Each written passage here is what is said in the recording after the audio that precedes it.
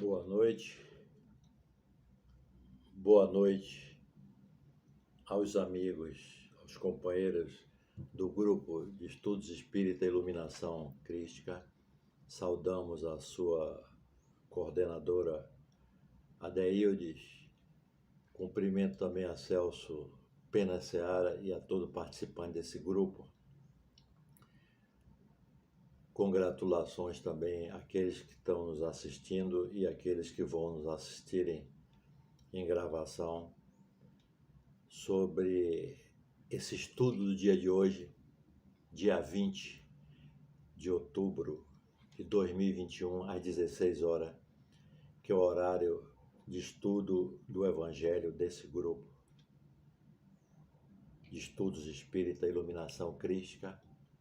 Hoje, a pedido da sua coordenadora e de Celso, nós vamos fazer uma reflexão sobre o capítulo 17 do Evangelho segundo o Espiritismo, intitulado Sede Perfeito, e nós vamos abordar o item Caracteres da Perfeição Moral. Nós iniciaríamos analisando etimologicamente as duas palavras.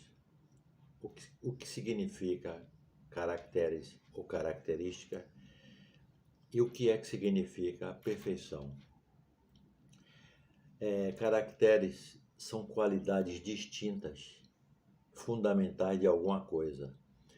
Quando você pergunta qual a característica de fulano, você cita a altura, a cor da pele, a cor dos olhos, a cor do cabelo.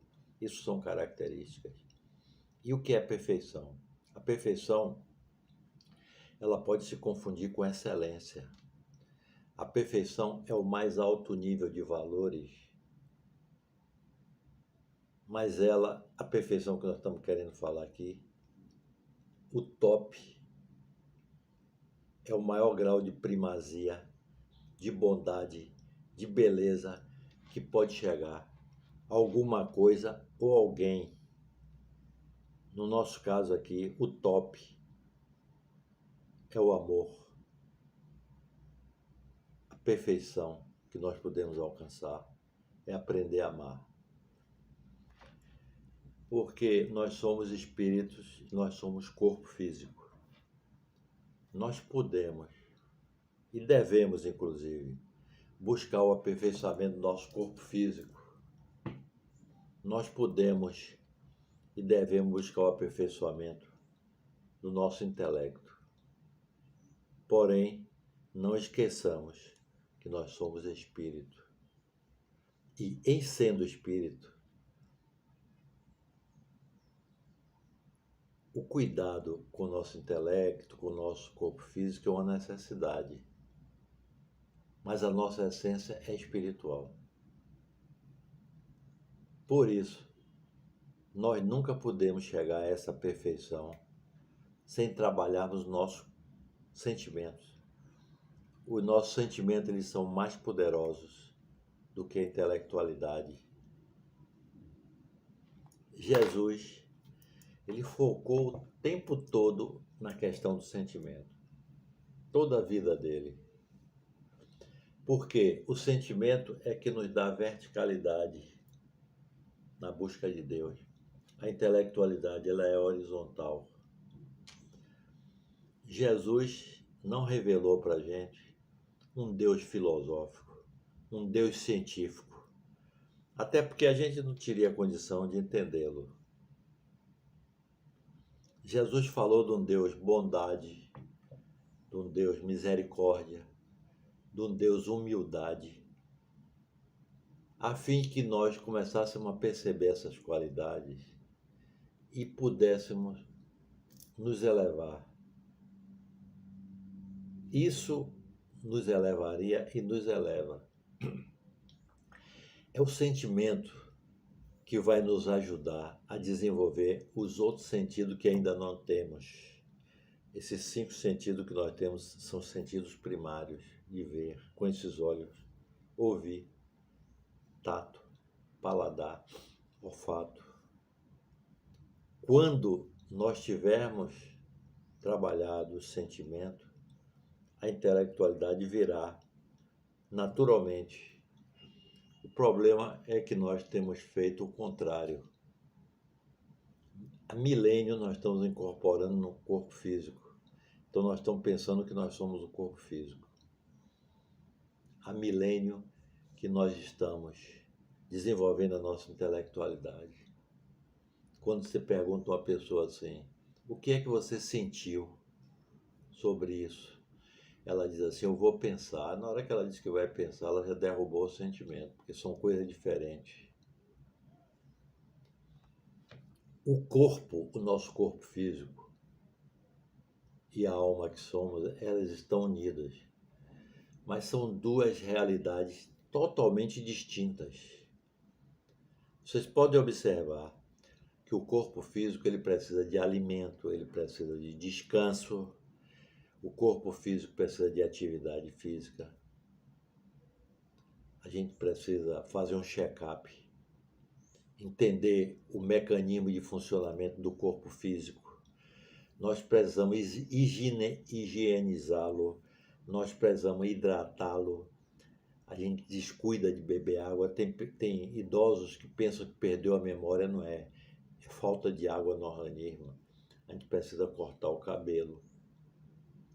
O corpo físico ele precisa ter uma dinâmica. Não pode ficar parado o tempo todo. Às vezes as pessoas ficam parecendo que têm uma idade maior do que a idade cronológica. A pessoa tem 40 anos, aparenta 60, 70. Então, as necessidades do espírito, elas são outras. O espírito precisa de silêncio. O espírito precisa de oração. O espírito precisa de boa leitura. O espírito precisa de conhecimento. E, sobretudo, ação no bem. O título dessa nossa exposição está no capítulo 17, como eu falei, do livro do Evangelho segundo o Espiritismo, Em Sede Perfeito. E lá tem uma citação de Mateus, no Evangelho é o capítulo 5, versículo 44 a 48, que ele diz assim, sede perfeitos como o vosso Pai que está no céu. Quando Jesus falou isso, ele se limitou a apresentar um modelo para a gente, porque àquela época ele estava querendo dizer que nós nos esforçássemos para alcançar esse modelo. Ele estava falando de uma perfeição relativa, mostrando indiretamente que a essência da perfeição é a caridade na sua mais ampla acepção. Porque a caridade, nós sabemos, ela implica a prática de todas as virtudes.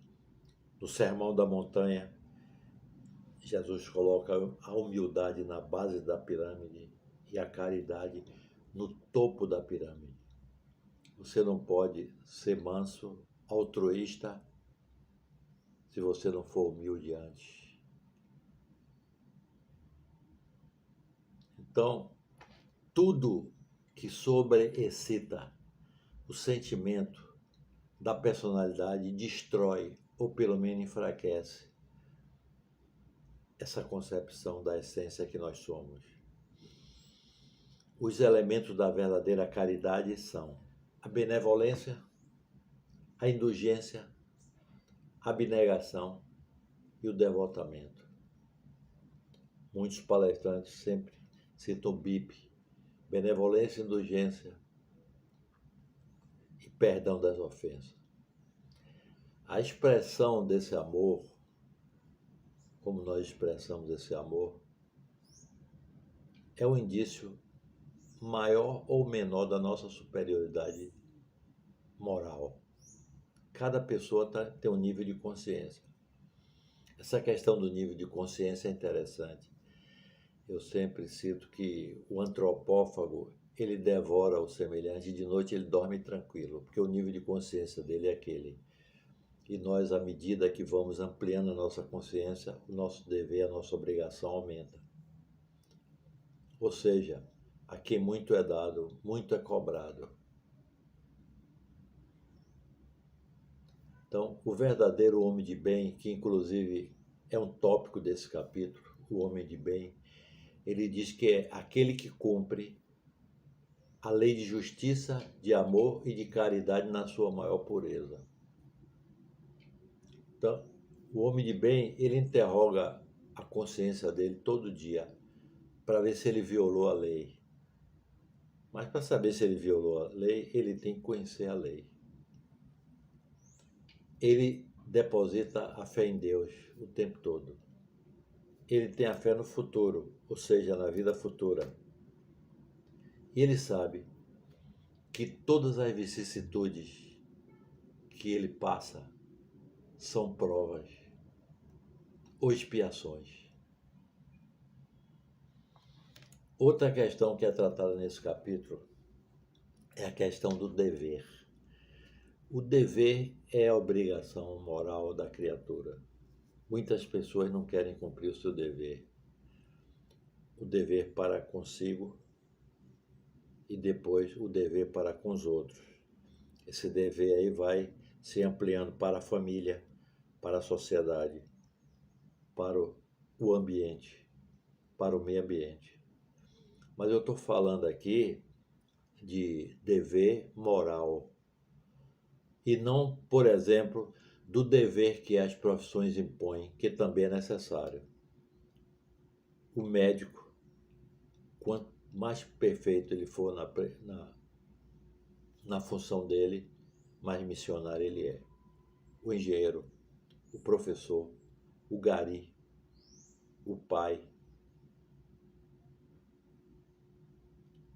Então, a autoridade, tanto quanto a riqueza, a beleza, a riqueza, é uma delegação que nós vamos ter que prestar conta. Todo aquele investido da beleza, do poder, da inteligência, se ele está investido desses valores, ele vai prestar conta depois, porque tudo isso lhe é dado como empréstimo.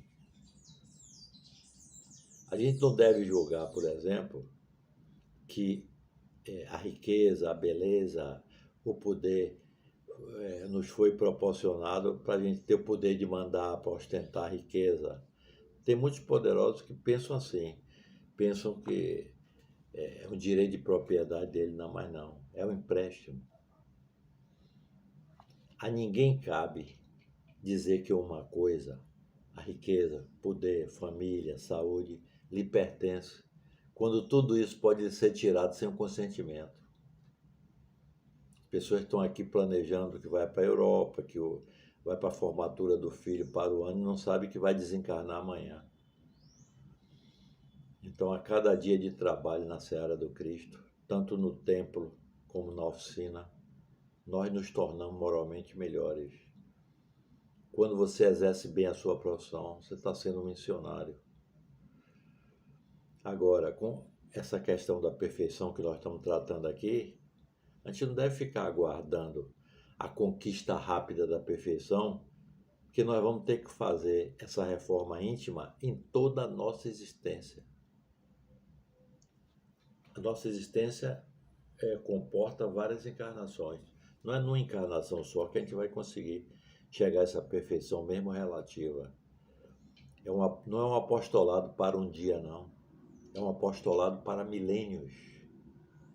O único que não melhorará é Deus. Deus é absoluto.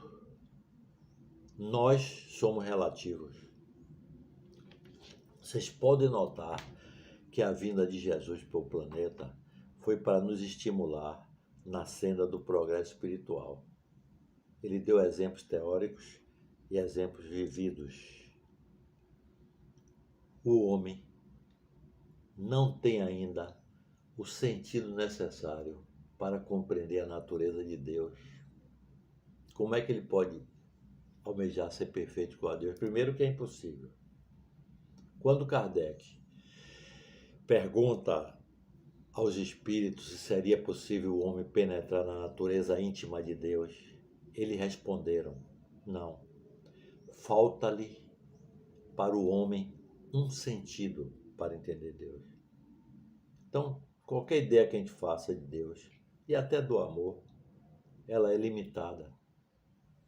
É o mesmo que você perguntar a quem nunca enxergou, a um cego de nascença, para ele descrever uma flor. Como é que o cego de nascença vai lhe descrever uma flor para você? É porque ele não tem esse sentido.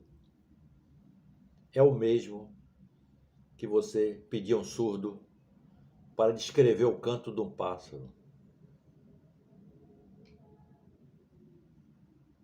Uma outra questão, a questão do nível de consciência, de compreensão e de autoridade moral.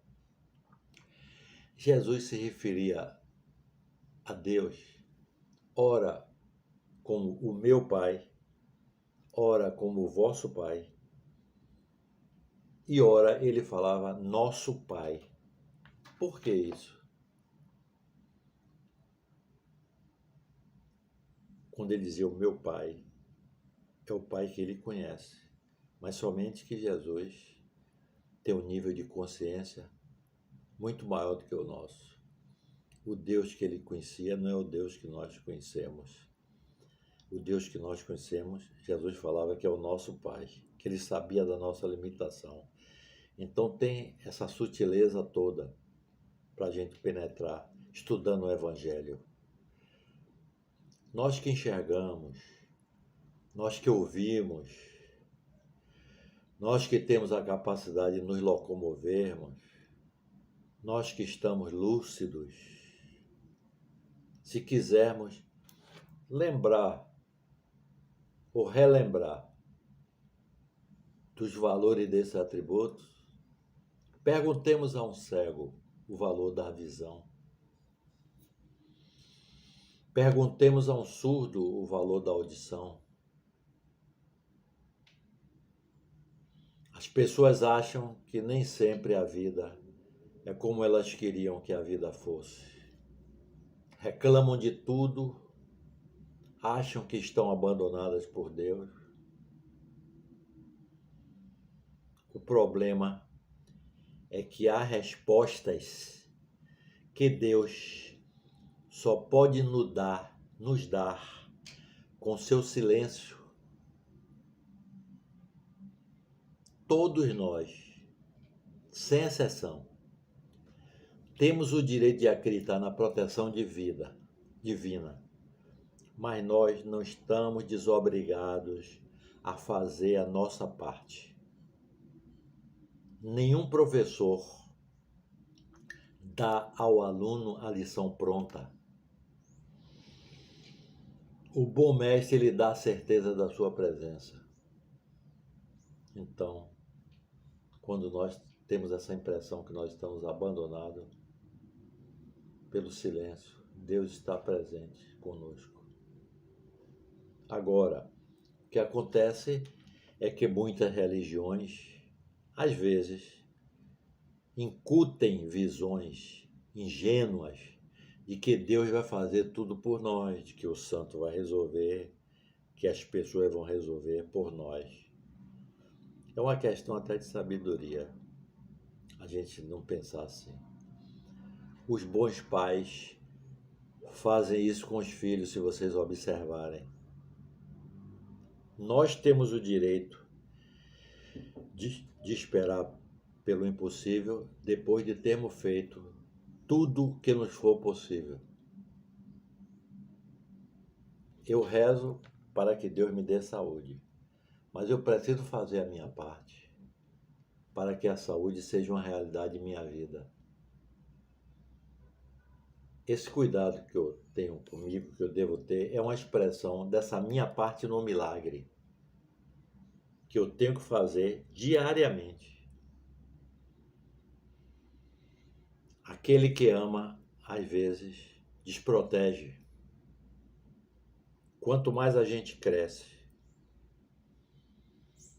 quanto mais a gente amadurece, maior é a capacidade da gente ouvir e entender a parte de Deus em nossa história. Às vezes, nos sentimos desolados, mas esse abandono faz parte do amor de Deus por nós. Quem ama sabe que o amor tem que passar pela desproteção. Eu não sei se vocês assistiram o filme Rei, sobre Rei Charles. Ele, com 5 anos de idade, cego, se dirigia,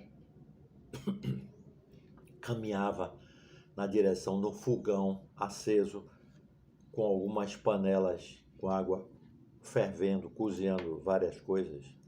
E a mãe dele vê e fica quieta. Ele vai, se aproxima do fogão e observa o calor, para e recua. A mãe não grita para ele, para proteger. A mãe não fica em silêncio, para ele ganhar esse senso de proteção.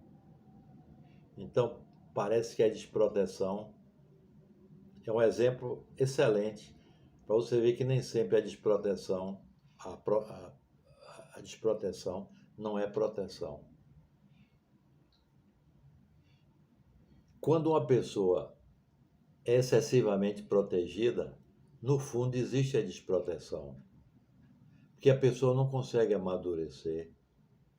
A pessoa vai ficar eternamente ingênua, acreditando que a vida é um conto de fada. Está acontecendo muito isso com as crianças hoje. Muitas pessoas são estragadas porque nunca lhe faltou nada.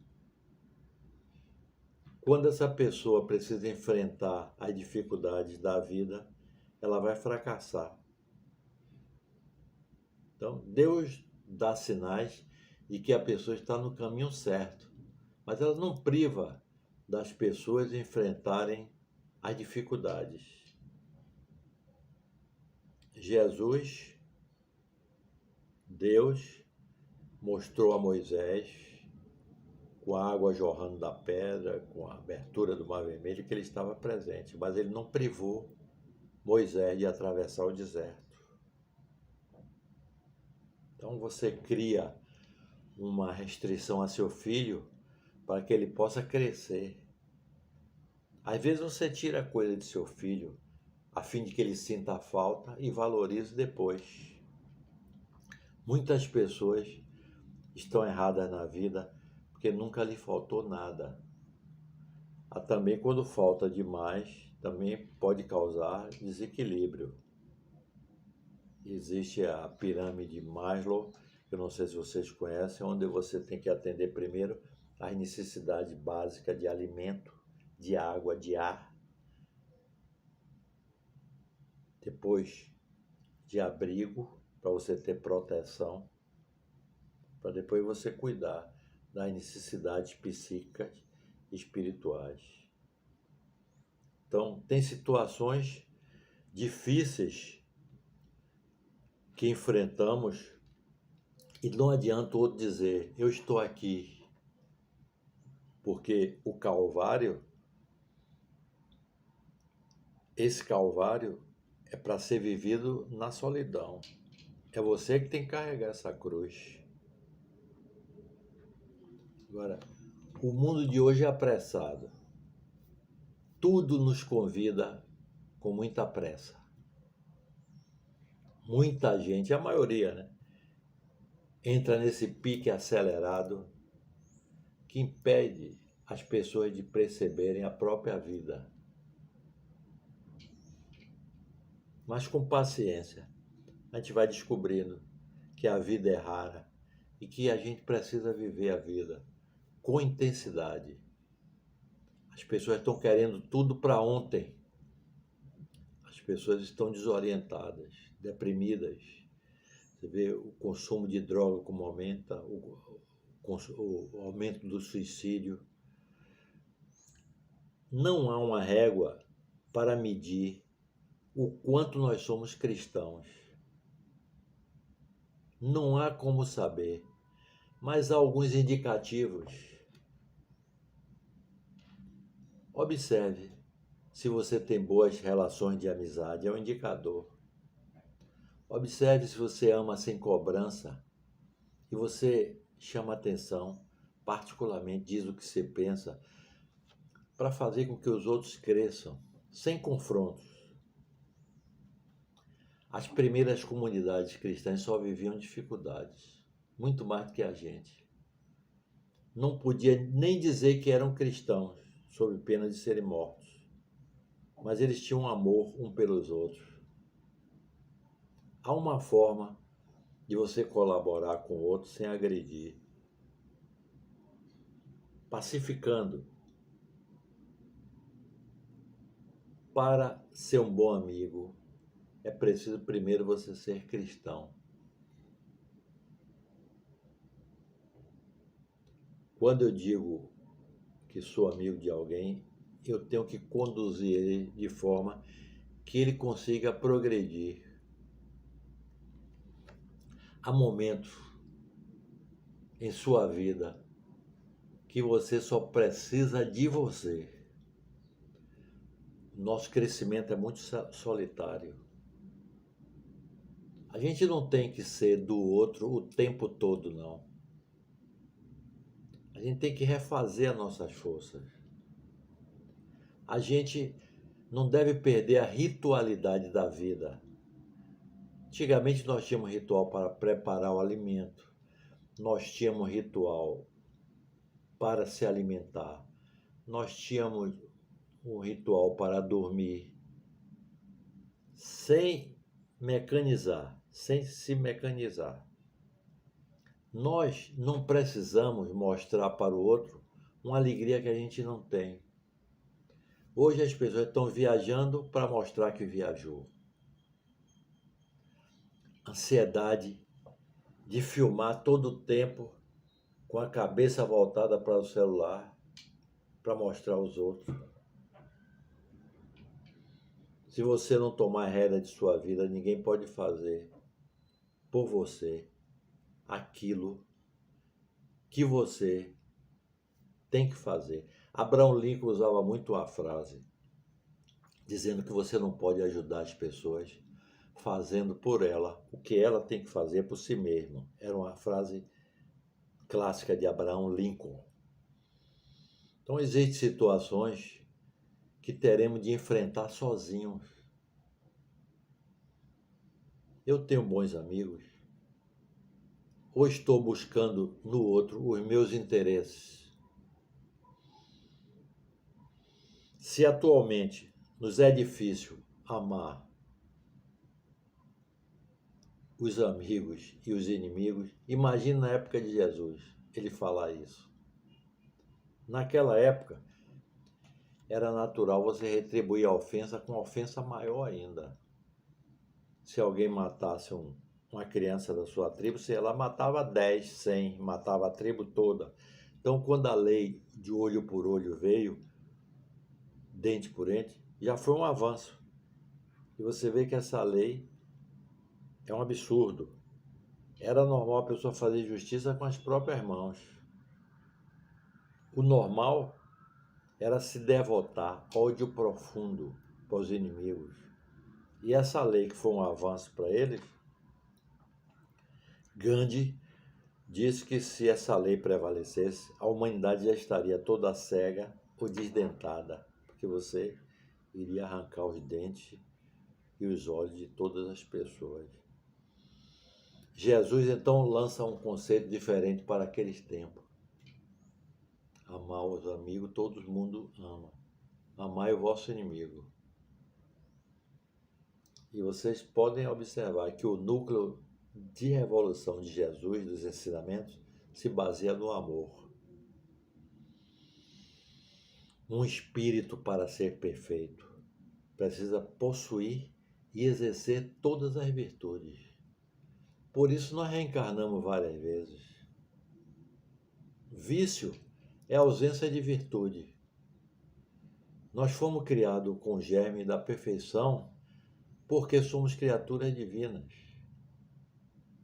A perfeição que nós estamos falando aqui é a perfeição moral. Nós temos que nos esforçar para alcançar a perfeição que mais se aproxima da divina, que a perfeição de Deus é absoluta. A perfeição que nós estamos falando aqui em alcançar é a perfeição relativa. Nós estamos submetidos à lei do progresso e essa perfeição resulta dos nossos esforços, a cada um segundo suas obras. Então, na questão 919 do Livro dos Espíritos, Santo Agostinho é informado pelos Espíritos que para se melhorar nessa vida teríamos que conhecer a nós mesmos. E no capítulo 17, que nós estamos estudando, Kardec lista as características do homem de bem. O verdadeiro homem de bem é aquele que cumpre a lei de justiça, de amor e caridade, como nós já falamos. Então, o que era que Santo Agostinho fazia? Toda noite ele se perguntava: eu submeto à vontade de Deus em todas as coisas? Eu coloco as coisas espirituais acima dos bens temporais?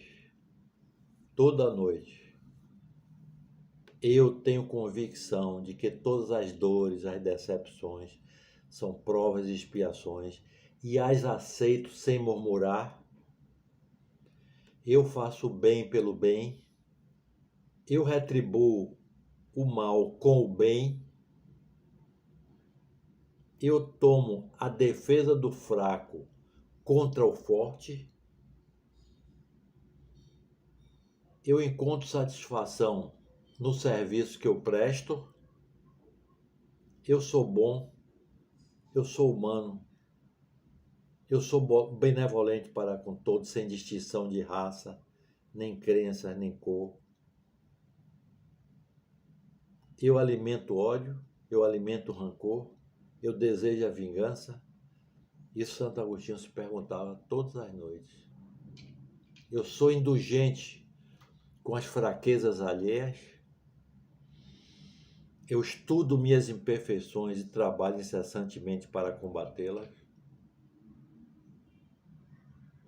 Não me envaideço da minha riqueza nem das minhas vantagens pessoais, por saber que tudo que me foi dado pode ser tirado? Ele sabia que tudo lhe é dado por empréstimo. No próprio capítulo 17, titulado Sede Perfeitos, o Espírito George nos esclarece como cuidar do corpo e do espírito. Cuidai do corpo físico, porque ele é instrumento da alma. Mas a perfeição está na reforma que fizermos passar como espírito. Quanto mais a nossa consciência se expande, quanto mais o espírito cresce, mais o seu centro de dever perante a criação se desenvolve. Espetacular isso. Emmanuel nos diz que a obrigação da criatura com o Criador jamais cessa. O dever cresce e se irradia sob as mais elevadas formas, em todos os estágios superiores da humanidade. Antes, nós achávamos que o nosso dever era para com o ego, mas na medida que crescemos, descobrimos que o nosso dever minimamente se estende à família, se estende à sociedade como um todo, ao planeta Terra, à natureza, que a gente chama, né? Esse dever cresce e se irradia à medida que a gente cresce também. Quanto mais a consciência se expande, mais se expande a consciência do dever. Antes, nós achávamos que não tínhamos dever para amparar o próximo. Quando a nossa consciência se expande, nós passamos a englobar aquele dever. Quando nós não atendemos a nossa consciência, ela nos alerta. Antes não acontecia isso. O canibal devorava o semelhante e a consciência dele não o acusava. A mente que se abre a uma nova ideia não volta jamais ao patamar inferior. Por isso que a lei do progresso é ascendente. O ponto de partida é o quê? O autoconhecimento. Identificar ideias nossas, identificar emoções, identificar pensamentos, identificar hábitos mentais e pensamentos recorrentes. Como é que eu interajo com minha família? Quais são os meus hábitos mentais? Como é que eu ajo com a minha família? Como é que eu ajo com meus vizinhos, meus companheiros de trabalho e a sociedade como um todo? O que é que eu posso controlar? Minha respiração, minha saúde física, minha alimentação. Agora, eu não posso controlar, por exemplo, a cor de minha pele, o fato de ter nascido pobre. Então, eu não vou tentar mudar isso. Então, nessa época de pandemia, muitos estão se sentindo confinados, depressivos, mas a gente pode estar preso e se sentir livre. O exemplo de Mandela. E nós podemos estar livre e se sentir preso. Então, meus amigos, fica essa reflexão para nós estudarmos mais o Evangelho, que é o maior manual moral que nos conduz nessa vida de encarnados e de desencarnado também. Então, obrigado pela oportunidade de ter feito essa reflexão com vocês e que Deus continue nos abençoando. Boa noite a todos.